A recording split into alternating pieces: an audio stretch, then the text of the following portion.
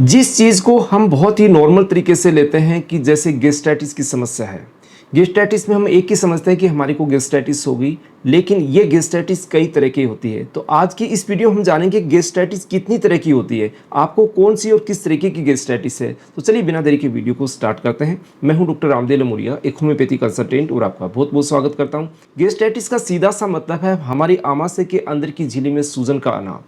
ये सूजन की जो कंडीशन होती है कई बार एक्यूट होती है, कई बार सीवियर हो जाती है, कई बार लंबे समय तक आपके साथ बनी रहती है। हम इसमें नॉर्मल ट्रीटमेंट क्या करते हैं, घरेलू ट्रीटमेंट करते हैं। खाना कम खाते हैं या ऐसा एसिडिक खाना नहीं खाते हैं, या फिर हम क्या करते हैं, पुदीन हरा ले लेते हैं, इनो ले लेते हैं। लेकिन बहुत सारे लोगों की ये समस्या सोल्व हो जाती है, लेकिन कुछ लोगों के साथ ये समस्या लगातार बनी रहती है। तो वो क्या करते हैं, खाली पेट का कैप्सूल लेते हैं। अलग अलग तरीके के जो ट्रीटमेंट होते हैं, अलग अलग तरीके की दवाइयाँ वो खाना स्टार्ट कर देते हैं। इन दवाइयों को वो छोड़ना चाहते हैं लेकिन छोड़ नहीं पाते हैं, क्योंकि उनको हो सकता है कि अलग अलग तरीके की गैस्ट्राइटिस हो। तो चलिए जानते हैं कि ये दवा आप क्यों नहीं छोड़ पा रहे हैं, क्योंकि आपको किस तरीके की गैस्ट्राइटिस है। क्योंकि गैस्ट्राइटिस के रूप अलग अलग तरीके के होते हैं। वो अब जब आप डॉक्टर के पास जाते हैं, आपका डायग्नोसिस होता है, तब पता चलता है आपको इस तरीके की गैस्ट्राइटिस है और उसमें आपको क्या सावधानी बरतनी चाहिए। यानी अगर टाइप जान पाएंगे तो आपके समझ में ये आ जाएगा कि इसका ट्रीटमेंट किस तरीके से होता है। तो चलिए बात करते हैं उसके टाइप्स के बारे में। तो सबसे पहला टाइप है एक्यूट गैस्ट्राइटिस। एक्यूट गैस्ट्राइटिस का मतलब अचानक से होने वाले पेट में आपकी सूजन। अचानक से सूजन क्यों हो जाती है, कई बार बैक्टीरियल इन्फेक्शन हो जाता है, कई बार वायरल इन्फेक्शन हो जाता है, या खान पान में कुछ ऐसी पॉइजनस चीज़ें आ जाती है, या कुछ इरिटेंट्स ऐसे आ जाते हैं कि अचानक से आपके अंदर ये कंडीशन डेवलप कर देते हैं। तो ये कंडीशन होती है एक्यूट गैस्ट्राइटिस के अंदर। अब एक्यूट गैस्ट्राइटिस के अंदर भी आपको हो सकता है कि कई बार इरोजन्स का मतलब अंदर की झिल्ली छिल सी जाती है, ब्रेक हो जाती है, तो वो होती है इरोजिव गैस्ट्राइटिस। एक्यूट के अंदर भी होती है इरोजिव गैस्ट्राइटिस। एक होती है नॉन इरोजिव गैस्ट्राइटिस, जिसके अंदर सूजन तो आती है लेकिन लाइनिंग ब्रेक नहीं होती है, उसको बोलते हैं नॉन इरोजिव गैस्ट्राइटिस। तो ये टाइप पहला हो गया एक्यूट कंडीशन का, यानी जिसको बोलते हैं एक्यूट गैस्ट्राइटिस। अचानक से हुई और कुछ दिनों के अंदर वापस सेटल भी हो जाता है, या ट्रीटमेंट के अंदर भी पूरी तरीके से सेटल हो जाता है। सेकेंड चीज़ आती है क्रोनिक गैस्ट्राइटिस। क्रोनिक गैस्ट्राइटिस का जो ज़्यादातर केस होते हैं क्रोनिक गैस्ट्राइटिस के होते हैं कि लंबे समय से उनको गैस्ट्राइटिस चली आ रही है, सालों साल से उस चीज़ से परेशान है, दवाइयाँ खा रहे हैं, खाली पेट के कैप्सूल खा रहे हैं। तो उनके अंदर कुछ लोगों को ये ठीक हो जाती है, प्रॉपर ट्रीटमेंट लेते हैं, लेकिन कुछ लोगों को ठीक क्यों नहीं हो पाती, क्योंकि अंदर उनके कई सारे चेंजेस आ जाते हैं और उनके टाइप्स को हम समझ नहीं पाते, उसकी वजह से वो चीज़ ठीक नहीं हो पाती है। तो इसमें क्या होता है, कारण क्या होता है इसका, क्रोनिक गैस्ट्राइटिस का मतलब होता है कि एच पाइलोरी बैक्टीरिया की वजह से हो सकता है, कई बार ऑटो इम्यून डिजीज़ की वजह से हो सकता है, लगातार आप दर्द की दवाइयाँ या बुखार की दवाइयाँ खा रहे हैं, non anti inflammatory steroid drugs खा रहे हैं, उनकी वजह से हो सकती है, स्टेरॉइड आपने ज़्यादा यूज़ किए हैं, या कुछ ऐसे इरिटेंट्स है, अल्कोहल आपने बहुत लंबे समय तक यूज़ किया है, तो आपको क्रोनिक गैस्ट्राइटिस की समस्या हो सकती है। इसके भी सब टाइप्स हैं। सब टाइप्स भी क्यों है कि किस तरीके की कंडीशन कौन से में बनती है। तो एक होता है एट्रोपिक क्रोनिक गैस्ट्राइटिस। एट्रोपिक का मतलब होता है कि अंदर की जो म्यूकस मेम्ब्रेन होती है हमारे आमाशय के अंदर, वो धीरे धीरे डैमेज हो जाती है और जो लेयर होती है बिल्कुल थिन हो जाती है, यानी कि वहाँ से गायब सी हो जाती है, लेयर बहुत कम हो जाती है। उसके कारण उस कंडीशन को बोलते हैं एट्रोपिक क्रोनिक गैस्ट्राइटिस।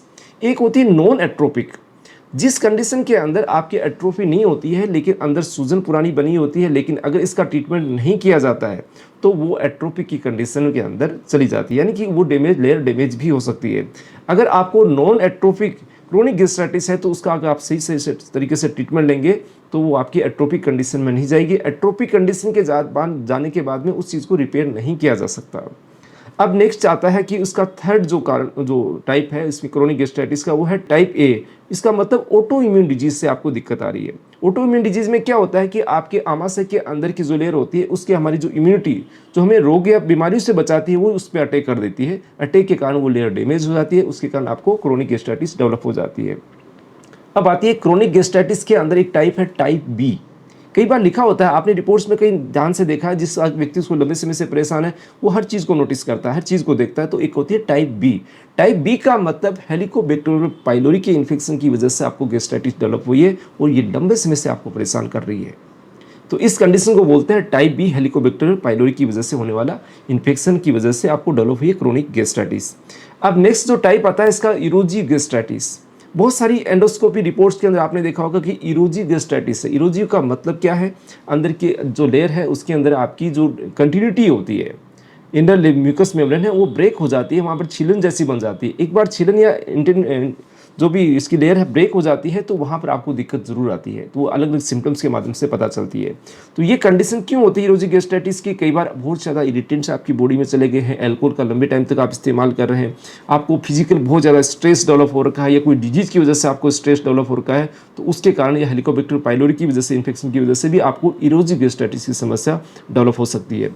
अब एक और आती है नॉन इरोजिक गैस्ट्राइटिस। अलग अलग टाइप है। नॉन इरोजिक गैस्ट्राइटिस का मतलब इरोजन्स डेवलप नहीं हुए हैं लेकिन सूजन कंटिन्यू लगातार लंबे समय से बनी हुई है। अब ये चीज़ें कैसे पता चलती है? एंडोस्कोपी करने से पता चलती है।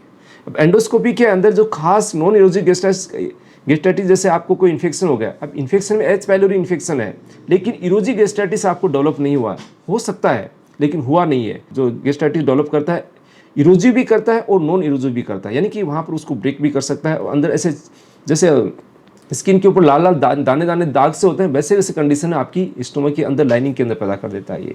तो एच पाइलोरी बैक्टीरिया की वजह से आपकी नॉन इरोजिक गैस्ट्राइटिस भी हो सकती है।